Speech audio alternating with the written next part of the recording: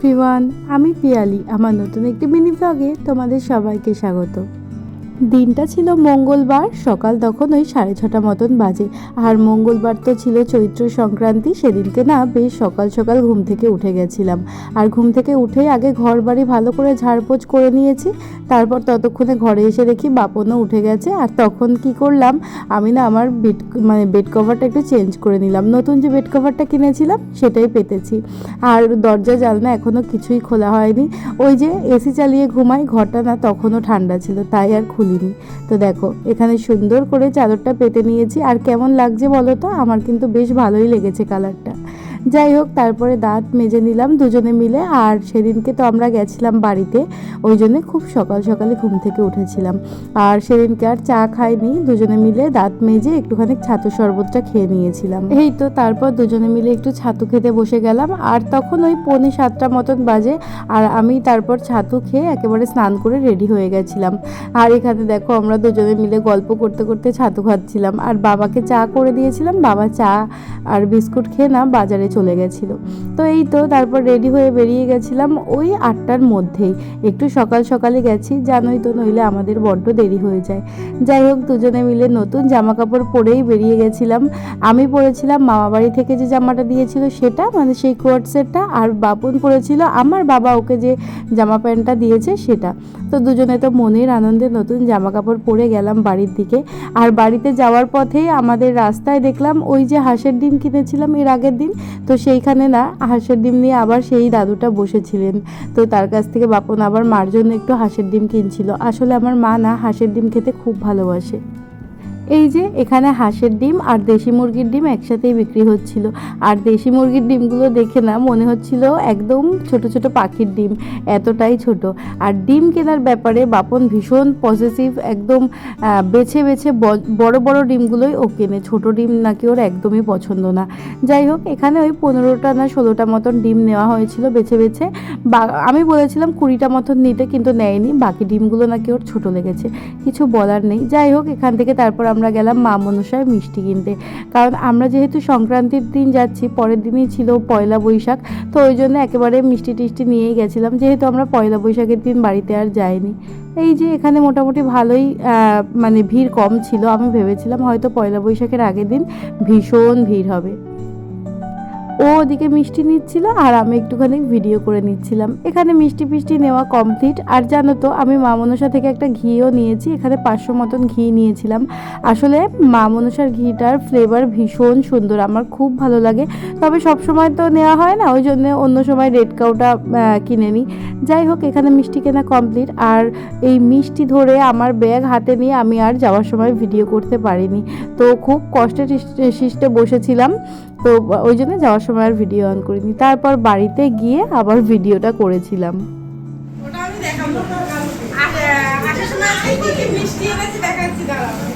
এখানটায় এনেছি মালাই চমচম কিনেছি, একটা বাড়ির জন্য একটা মামা বাড়ির জন্য। এটা মামা বাড়িটা আলাদা করে রাখবো, বুঝতে পারেনি ছিল না। আর বলছি এই একটা মালাই চমচম, এটা আমাদের। এটার মধ্যে আছে টক দই এনেছি, এই যে 1 কেজি মতো টক দই এনেছি, কারণ বাবা টক দই খায়। বলছে টক দই নেই, শুকনো মিষ্টি, ওই জন্য সকাল সকাল যেতে হবে। বাবার সুগার ফ্রি কালাকাঁদ, যেটা নরম হয়ে গেছে, এটার মধ্যে রান্না বন্ধ। আর আলুর দম। আর এটা হচ্ছে আমার জন্য একটা ঘি কিনেছি মামুর সাথে। আর এখানটায় রয়েছে হাঁসের ডিম। তারপর এখানে আমরা যে ওই রাধা বল্লভীটা নিয়ে এসেছিলাম মা মনসা থেকে, ওটা বাপনকে আর ভাইকে দিয়ে দিলাম। ওরা দুজন খাবে, ওদের মতনই নিয়ে এসেছিলাম। কারণ আমিও খাইনি, মা তো খাবে না, আর বাবাও খায়নি। কারণ আমরা খেয়েছিলাম, আমাদের পাঁচনের দিন একটা রিচুয়ালস থাকে যে চিড়ে মুড়ি দই খই এইসব খেতে হয়। তো সেইটাই দেখো আমি এসে অল্প করে নিচ্ছিলাম। এখানে চিড়ে নিয়েছি অল্প করে, আর চিড়েটাকে হালকা একটুখানি ভিজিয়ে নিয়েছি। অবশ্য জানো তো, একদম কাদা কাদা হয়ে গেলে সেই চিড়েটা আমার খেতে একদমই ভালো লাগে না, তাই হালকা করে একটু ধুয়ে নিয়েছিলাম। তারপর দিয়েছিলাম অল্প করে মুড়ি আর ওই 2 চামচ মতন মিষ্টি দই। এটা আমার না খেতে বেশ ভালোই লাগে পাঁচনের দিন। অন্যান্য সময় খাই না, তবে সেদিনকে খেতে ভালোই লাগছিল। আর সাথে নিয়েছিলাম একটা কলা। যাই হোক, কলাটা আমি খাইনি, ওটা বাপন বাপনই খেয়েছিল। তো এই ছিল আমার ব্রেকফাস্ট। তো এটা ভালো করে মেখে খাচ্ছিলাম। আর জানো তো এটা খেতে না ঠিক দধিকর্মার মতন খেতে লাগে, ওই যে সরস্বতী পুজোর পরের দিন যেটা মাখে।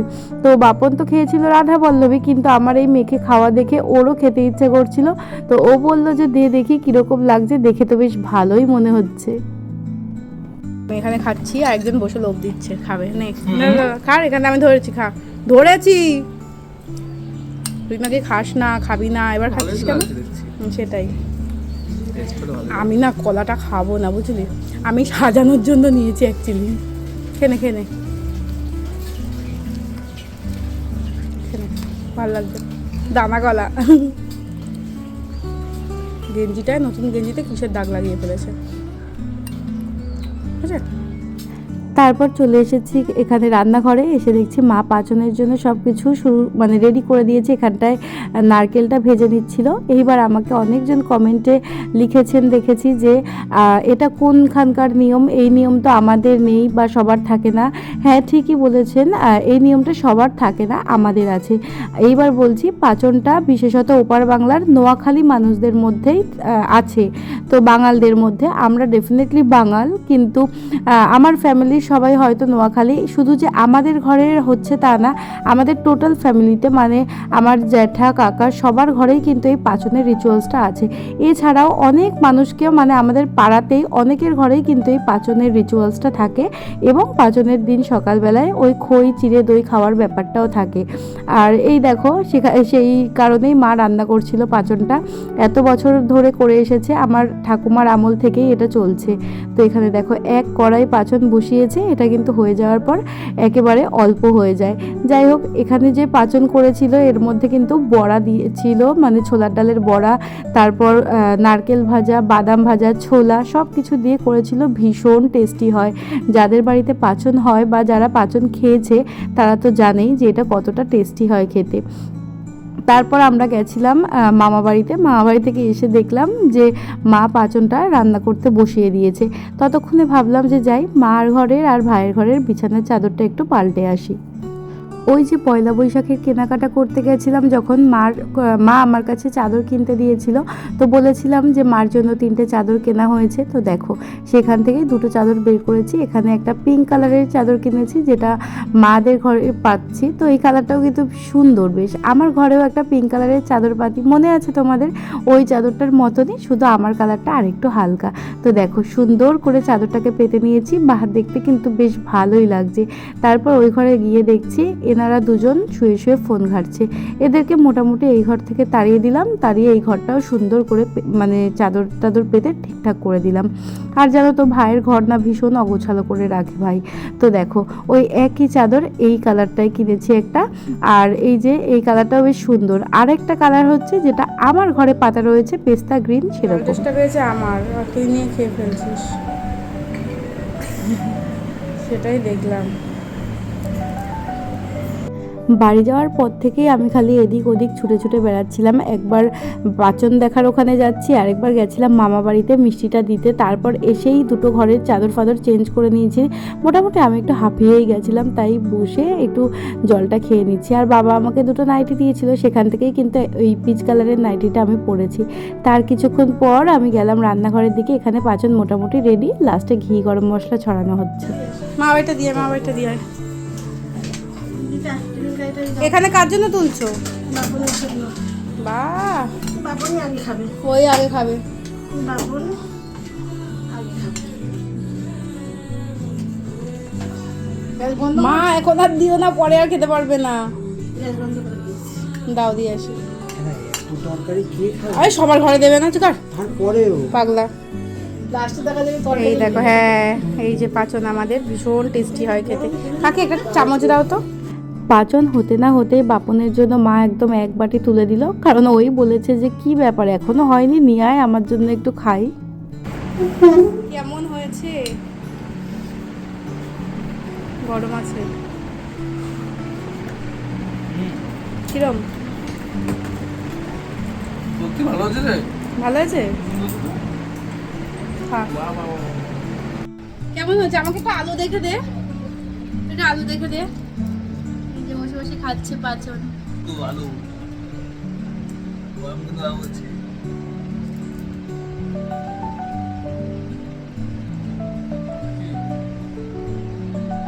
এটা পেঁপে। আমি দেখতে পাচ্ছি আলু দিতে বললাম, আমি পেঁপে খাই না।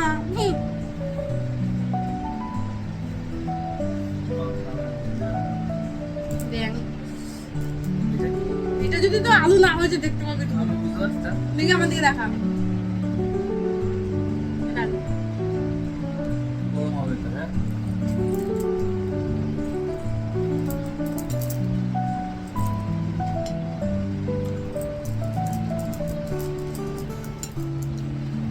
বেশ সুন্দর হয়েছে, বেশ। আমি এখন ওয়েট করছি। ওকে তো ওর খাবার ইচ্ছা হয়েছে বলে মা করে ওকেই আগে দিয়েছে। আমারটা একটু থাকুক, একটু তরকারিটা কড়াইয়ের মধ্যে মজুক, তারপর আমি খাবো।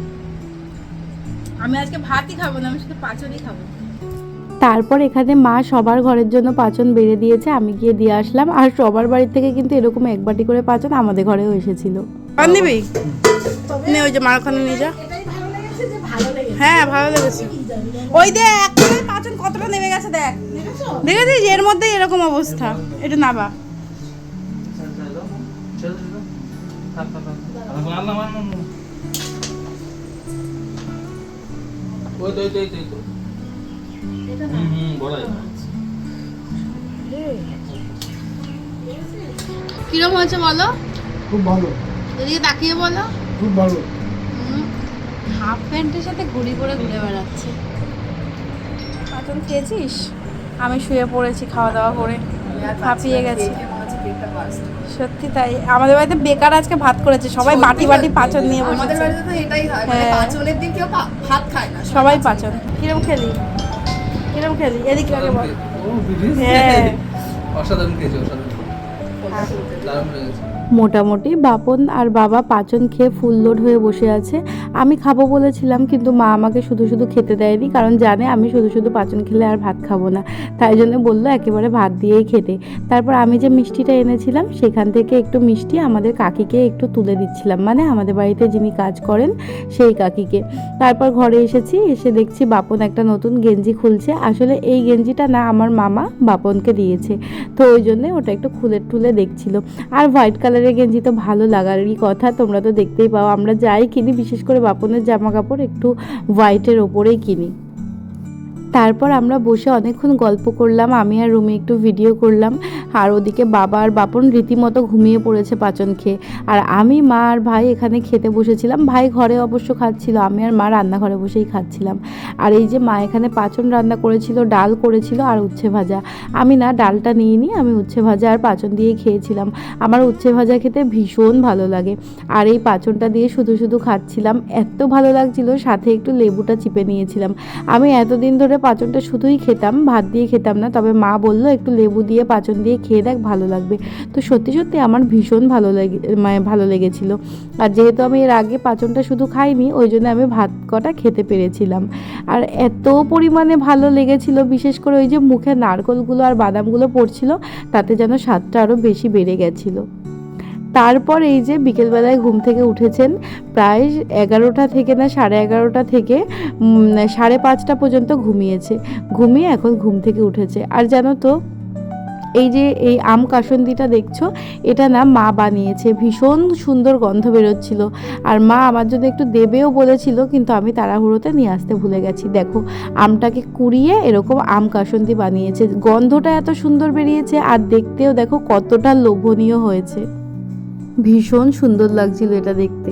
কবার খেলি এই নিয়ে, একবার সকালবেলায় পাচন খেয়ে ঘুমিয়ে পড়েছে। গরমটা এখন ঠান্ডা ভালো লাগে। হ্যাঁ, আমার আবার গরমটা ভালো লাগে।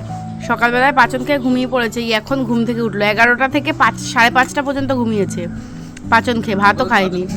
আবার ঘুম থেকে উঠে পাচন খাচ্ছে, চা খাবে খেতে বললো, পাচন খাচ্ছে। বেশি ভালো লাগছে নারকোল আর ছোলা বাদামগুলো খেতে। ওটা মুখে পড়ছে, খুব সুন্দর লাগে আবার।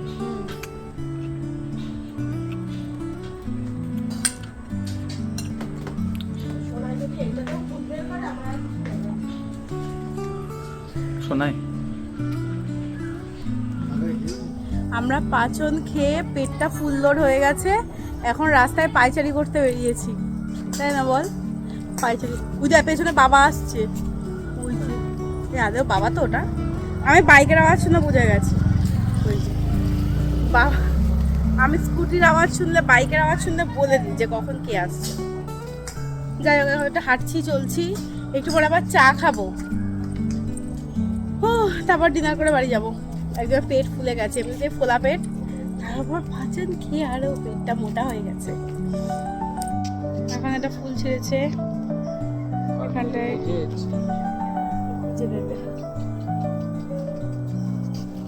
এদিকে আয়।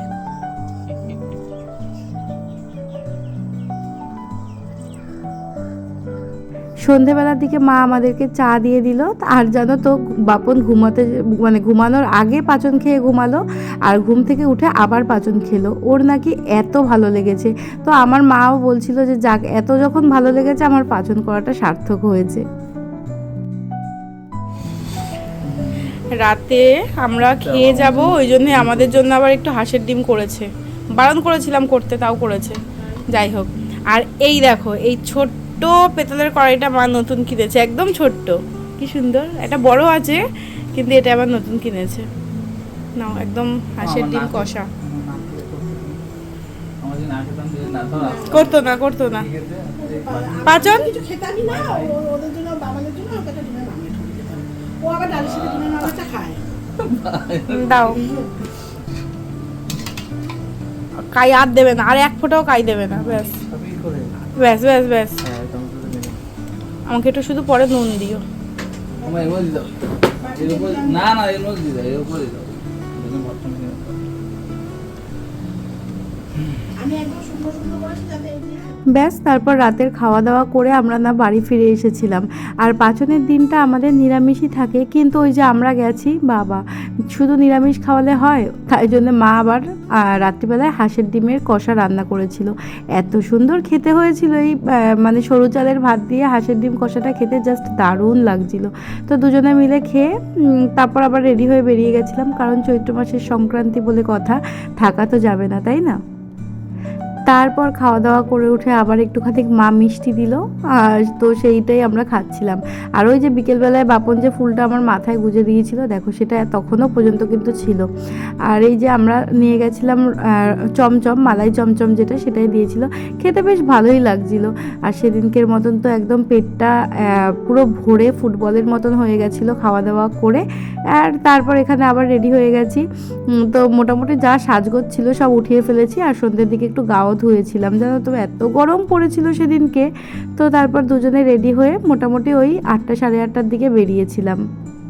তারপর আসার সময় আর ভিডিও করা হয়নি। যাক, এসে বাপন আমার আগে এসে ঘরে এসেছিল, এসে না দরজার লকটা খুলে আগে এসিটা চালিয়ে দিয়েছিল, কারণ এত গরম লাগছিল।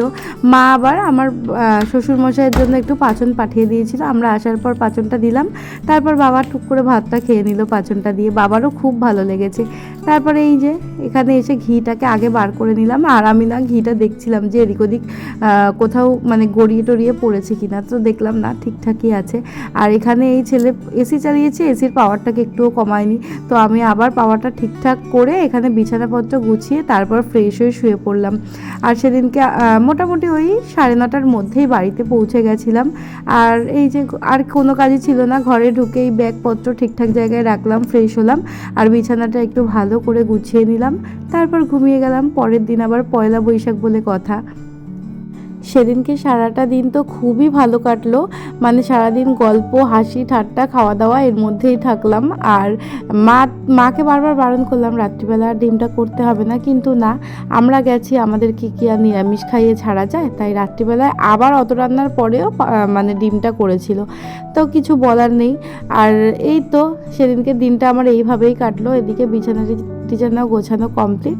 তো চলো, আজকের ব্লগটা এই পর্যন্তই। তোমাদের যদি ভালো লাগে অবশ্যই একটা লাইক করে দিও, আর সবাই খুব ভালো থেকো, সুস্থ থেকো, টাটা।